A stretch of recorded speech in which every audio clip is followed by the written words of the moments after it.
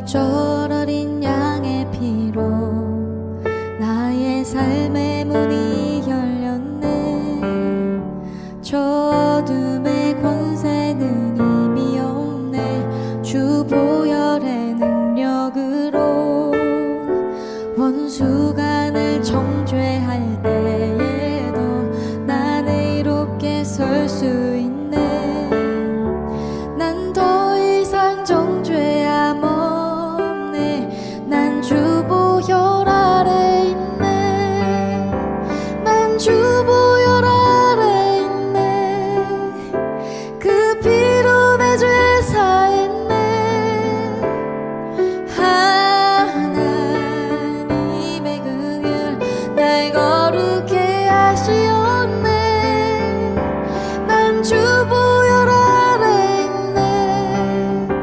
난 원수의 어떠한 공격에도 더 이상 넘어지지 않네. 난 주 보혈 아래 있네.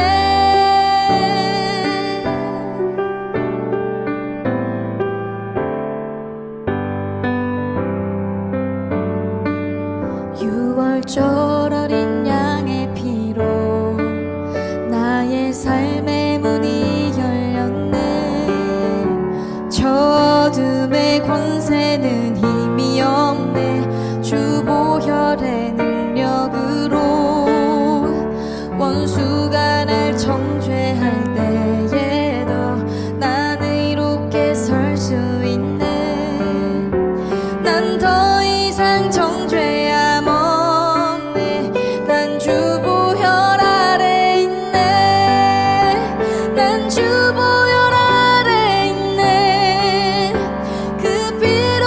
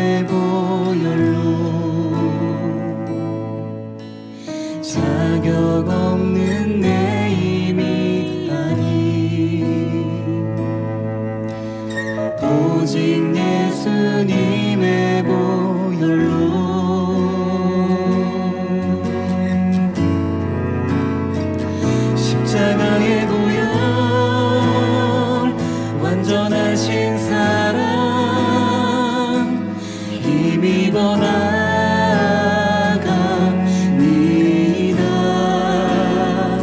십자가의 보혈 완전하신 사랑 힘입어 예배합니다.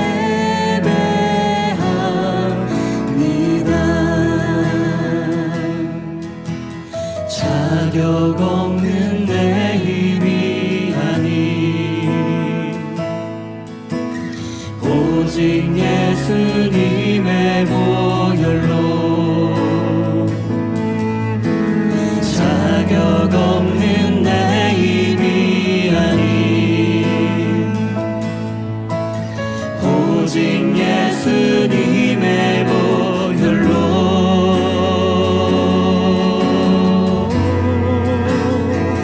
십자가의 보혈 완전하신 사랑 힘입어 나갑니다.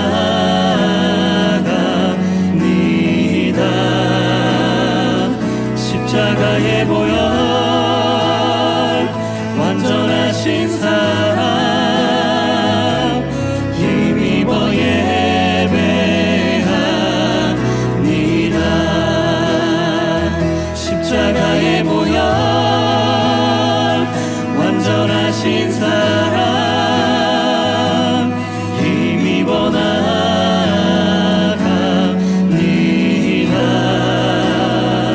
십자가의 보혈 완전하신 사랑 힘입어 예배합니다. 네, 오늘의 말씀 누가복음 22장 1절로 13절 말씀 봉독하겠습니다. 유월절이라는 무교절이 다가오매 대제사장들과 서기관들이 예수를 무슨 방도로 죽일까 궁리하니 이는 그들이 백성을 두려워함이더라. 12 중에 하나인 가룟이라 부르는 유다에게 사탄이 들어가니 이에 유다가 대제사장들과 성전 경비대장들에게 가서 예수를 넘겨줄 방도를 의논하매 그들이 기뻐하여 돈을 주기로 언약하는지라. 유다가 허락하고 예수를 무리가 없을 때에 넘겨줄 기회를 찾더라. 유월절 양을 잡을 무교절 날이 이른지라. 예수께서 베드로와 요한을 보내시며 이르시되 가서 우리를 위하여 유월절을 준비하여 우리로 먹게 하라. 여짜오되 어디서 준비하기를 원하시나이까? 이르시되 보라 너희가 성내로 들어가면 물 한 동이를 가지고 가는 사람을 만나리니 그가 들어가는 집으로 따라 들어가서 그 집 주인에게 이르되 선생님이 내게 하는 말씀이 내가 내 제자들과 함께 유월절을 먹을 객실이 어디 있느냐 하시더라 하라. 그리하면 그가 자리를 마련한 큰 다락방을 보이리니 거기서 준비하라 하시니 그들이 나가 그 하신 말씀대로 만나 유월절을 준비하니라. 아멘. 네, 오늘 본문의 앞부분은 유다의 배신, 그리고 뒷부분은 제자들이 유월절 처소를 준비하는 과정에서 예수님께서 베푸신 기적을 증거하고 있습니다. 이렇게 정리하고 보니까 앞부분하고 뒷부분이 좀 맞지 않는다, 그런 생각이 들었습니다. 앞부분에서는 예수님이 배신을 당하셨죠. 여러분, 탁월한 지도자는 배신을 당하지 않습니다. 네, 예수님은 그냥 힘없이 배신당하시는 그런 무능한 지도자처럼 앞부분에 묘사되고 있습니다.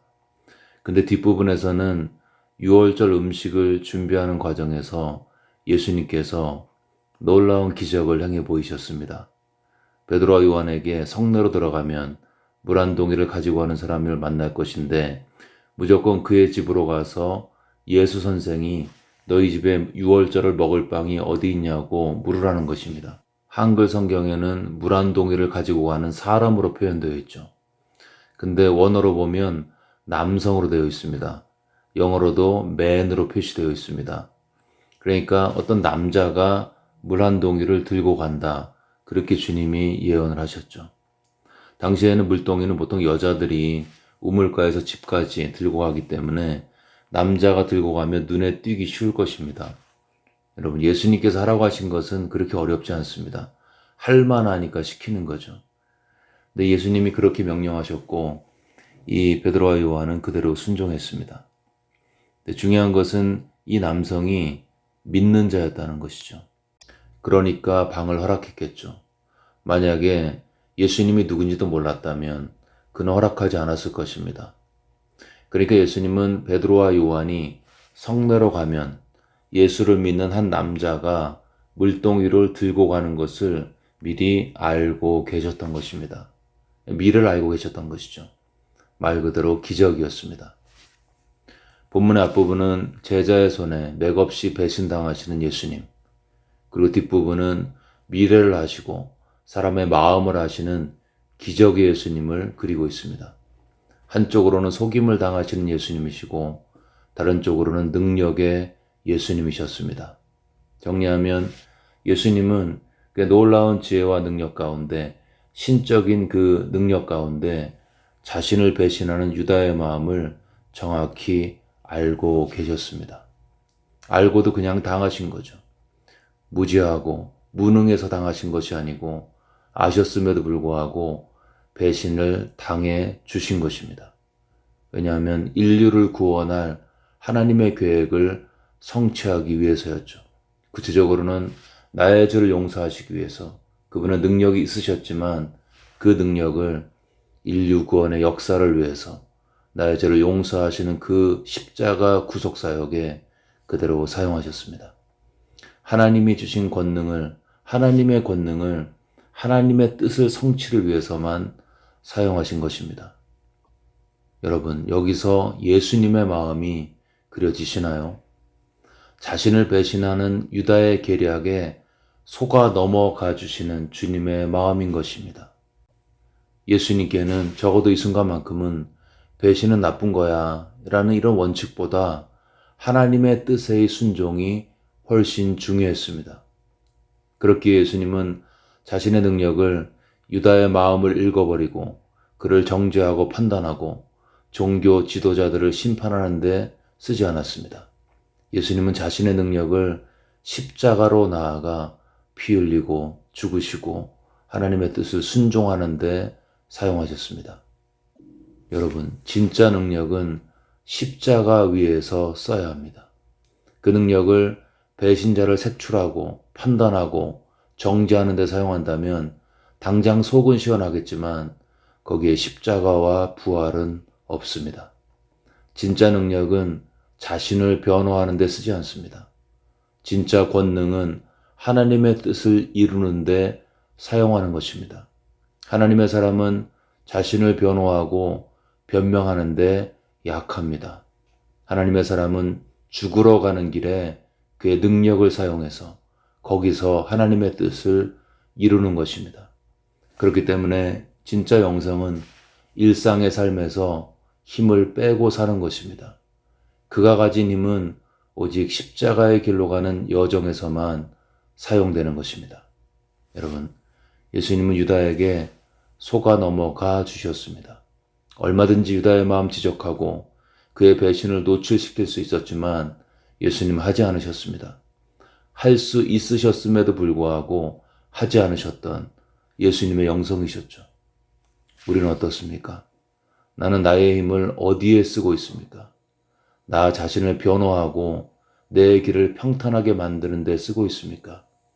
아니면 내 삶에 하나님의 뜻을 이루는데 그 길이 비록 십자가의 길이고 죽음의 길이고 자기 부인의 길을 할지라도 사람을 살리고 하나님의 뜻에 순종하는데 내 능력과 에너지를 쓰고 있습니까?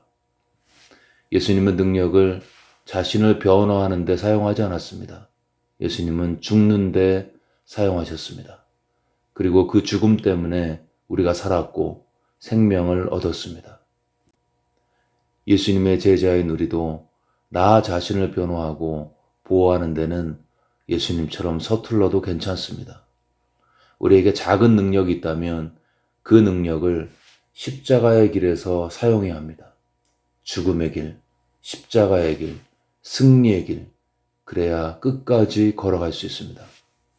우리가 모임을 할 때 그렇기 때문에 나 자신을 그렇게 드러낼 필요가 없습니다. 인간관계에서 힘을 빼고 살아도 괜찮습니다. 좀 저주어도 괜찮습니다. 진짜 능력은 내가 십자가를 질 때, 하나님의 뜻을 순종할 때 사용하는 것입니다. 그럴 때 하나님께서 변호해 주십니다. 부활의 능력으로 나를 변호해 주십니다. 승리케 하시는 거죠. 자, 보아라. 진짜 하나님의 사람이다. 자신의 능력을 죽음의 길에 사용한 나의 종이다. 여러분, 내 삶의 에너지와 능력을 자기를 변호하고 사람들을 판단하는 데 쓰지 않고 십자가의 순종의 길에 사용하심으로 부활의 능력 안에서 하나님의 호의와 하나님의 신원하심을 체험하시기를 주의 이름으로 축원합니다. 본문에서 하나 더 묵상이 된 것은 유다에게 역사했던 사탄의 특징이었습니다. 3절에 보시면 유다에게 사탄이 들어갔다 이렇게 묘사되어 있습니다. 유다라는 존재에 사탄이 들어갔습니다. 우리가 보통 사탄이 들어가면 그 들어간 그 개체는 미칠 것이라고 생각하는데 아니면 사이코라고 생각하는데 4절을 보시면 이에 유다가 대제사장들과 성전 경비대장들에게 가서 예수를 넘겨줄 방도를 의논하매. 신기하죠? 유다 안에 사탄이 들어갔는데 유다가 어떤 사람에게 가서 딜을 하고 있습니다. 그의 사고 체계에 정신병적인 증상이 전혀 없어 보이죠. 딜도 하고 협상도 하고 나름대로 합리적인 결정도 합니다. 사탄이 지배해도 멀쩡해 보일 수 있다. 달리 말하면 멀쩡해 보이는 사람 속에도 사탄의 내적 지배를 받는 흔적이 있을 수 있다. 지금 유크레인을 침공한 푸틴의 상태가 그런 상태일 것입니다. 그 수많은 젊은이들이 이 정치꾼의 겉모술수에 영문도 모른 채 죽어가고 있습니다. 어린 병사의 죽음이 그의 양심에는 어떠한 가책도 주고 있지 못하고 있습니다. 네로 황제, 히틀러 마찬가지였죠. 이들이 미친 사람처럼 보이지 않습니다. 사이코의 증상들이 전혀 없습니다. 근데 이들은 악의 화신들이었습니다. 어떻게 할 수 있을까요? 그들이 맺고 있는 열매 때문에 그렇습니다. 그들이 맺고 있는 열매가 그들을 지배하고 있는 영을 그대로 드러내고 있습니다. 여러분, 내 삶의 열매는 내 안에 있는 영의 실체를 드러내는 것입니다. 성령의 지배를 받는 자, 거룩한 열매를 맺게 되어 있습니다. 사탄의 지배를 받는 자, 어둠의 열매를 맺습니다. 성령의 지배를 받는 자, 사랑의 열매를 맺고요. 사탄의 지배를 받는 자, 미움과 분노의 열매를 맺는 것입니다. 성령의 지배를 받으면 정직하려고 애쓰고 거짓사비인 사탄의 지배를 받으면 입속에 거짓말이 끊임없이 역사합니다. 이 아침에 하나님의 성령으로 충만해져서 거룩과 사랑과 평강의 풍성함을 우리 모두 삶의 현장에서 누리시기를 주의 이름으로 축원합니다. 혹시 내 마음에 자꾸 어둠의 열매가 맺어지고 있다면 해법이 있습니다. 회개하고 돌이키는 거죠. 사탄아 물러가라 하는 것보다 더 본질적인 것이 마음을 찢고 회개하고 돌이키는 것입니다. 다시 한번 생각해 보면 이 가룟 유다에게 사탄이 역사했던 원인은 그 속에 있었던 탐심 때문이었습니다. 유다 안에 탐심이 있었고 그 탐심을 근거로 사탄이 역사했고 그를 지배하기를 시작했습니다. 여러분, 믿는 자의 구원은 예수 안에서 완전합니다.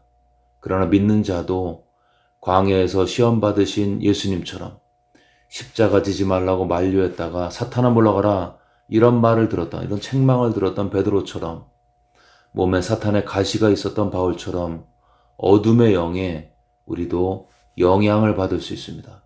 그럴 때에 사탄아 물러가라 그렇게 대적해야 할 때도 있죠. 근데 훨씬 더 중요한 것은 내 안에 사탄이 역사할 수 있는 근거, 여지를 제거하는 것입니다. 탐심을 제거하고 죄를 제거하고 내 안을 정결케 하는 것입니다. 회개하고 돌이키는 것입니다. 이게 회개죠. 왜냐하면 먹을 게 없는 곳에 악령은 오래 머무를 수가 없습니다. 유다는 불행히도 탐심을 계속 가지고 있었고 마침내 사탄에게 지배를 받아 그러한 심각한 죄 가운데 영혼이 멸망했습니다. 내 마음 가운데 탐심이 있어서 자꾸 내 삶에 어려움이 있고 그로 인해 시험에 들고 있다면 우리가 먼저 해야 할 것은 탐심을 주님 앞에 가져가 주님 앞에 회개하는 것입니다. 내 안에 질투가 있다면 이 질투를 십자가로 가져가서 내가 이미 예수 안에서 충분히 받았고 충분히 축복을 누리고 있음을 보는 것입니다. 내 안에 죄와의 타협이 있다면 그 죄를 빨리빨리 돌이키고 주님께 나아가는 것입니다. 그럴 때 악령은 잠시 나를 유혹할 수는 있지만 내 삶을 지배할 수 없습니다. 그리고 성령의 열매가 내 삶에 맺어지게 되어 있습니다. 여러분, 능력은 자신을 변호하는 곳이 아닌 십자가를 지는 곳에 써야 합니다.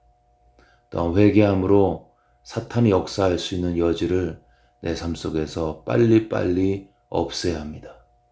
오늘도 어떻게 하면 십자가를 온전히 질까라는 생각으로 또한 회개함으로 예수님처럼 하나님의 뜻을 이루어드리는 우리 모두가 되시기를 주의 이름으로 축원합니다. 아멘.